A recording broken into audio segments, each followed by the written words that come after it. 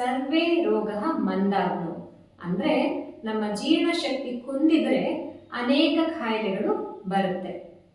ಈ ಜೀರ್ಣಶಕ್ತಿ ಅಥವಾ ನಮ್ಮ ಅಗ್ನಿಯನ್ನ ಹೇಗೆ ನೋಡ್ಕೊಳ್ಳೋದು?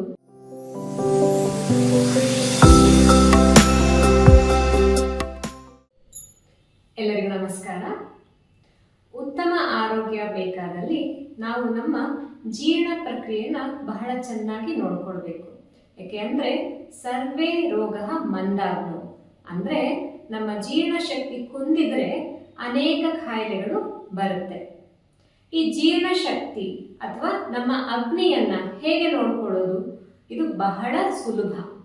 ಇದಕ್ಕೆ ಉಪಾಯ ಹಿತ ಆಹಾರ, ಅಂದ್ರೆ ನಮ್ಮ ದೇಹಕ್ಕೆ ಒಗ್ಗುವಂತಹ ಸಾತ್ವ್ಯವಾದ ಆಹಾರ. ಇದು ವ್ಯಕ್ತಿಯಿಂದ ವ್ಯಕ್ತಿಗೆ ಬೇರೆ ಬರುತ್ತೆ.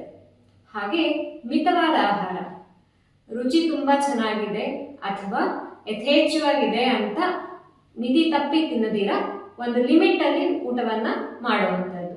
ಹಾಗೆ ಋತುಗೆ ಅನುಸಾರವಾಗಿ ನಮ್ಮ ಸುತ್ತಮುತ್ತ ಇರೋ ವಾತಾವರಣವನ್ನ ಗಮನದಲ್ಲಿ ಇಟ್ಕೊಂಡು ಆಹಾರವನ್ನ ಸೇವಿಸಿದಾಗ ನಮ್ಮ ಅಗ್ನಿ ಅಥವಾ ಜೀರ್ಣ ಪ್ರಕ್ರಿಯೆ ಬಹಳ ಚೆನ್ನಾಗಿರುತ್ತೆ.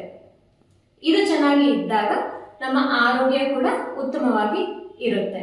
ಯಾಕೆಂದ್ರೆ ಈ ಜೀರ್ಣ ಪ್ರಕ್ರಿಯೆನೇ ಮೊದಲ ಕ್ರಿಯೆ, ಅದರ ನಂತರ ನಮ್ಮ ದೇಹದ ಪೋಷಣೆ ನಿಂತಿರುತ್ತೆ. ಈಗ ಮೆಟಬಾಲಿಕ್ ಸಿಂಡ್ರೋಮ್ ಆರ್ ಡಿಸಾರ್ಡರ್ಸ್ ಅನ್ನೋ ಲಿಸ್ಟ್ ಅಥವಾ ಪಟ್ಟಿ ಬಹಳ ಉದ್ದ ಬೆಳೀತಾ ಇದೆ. ಆ ಪಟ್ಟಿಯಲ್ಲಿ ಇರೋ ಕಾಯಿಲೆ ನಮಗೆ ಬರಬಾರದು ಅಂತ ಅಂದ್ರೆ ನಮ್ಮ ಅಗ್ನಿ ಅಥವಾ ನಮ್ಮ ಡೈಜೆಸ್ಟಿವ್ ಪವರ್ನ ತುಂಬಾ ಚೆನ್ನಾಗಿ ನೋಡ್ಕೊಳ್ಬೇಕು. ಇದನ್ನ ಹೇಗೆ ನೋಡ್ಕೊಳ್ಬೇಕು ಅಂತ ಇನ್ನ ಮಾಹಿತಿ ಬೇಕಾದಲ್ಲಿ ನಮ್ಮನ್ನ ಸಂಪರ್ಕಿಸಿ. ಧನ್ಯವಾದಗಳು.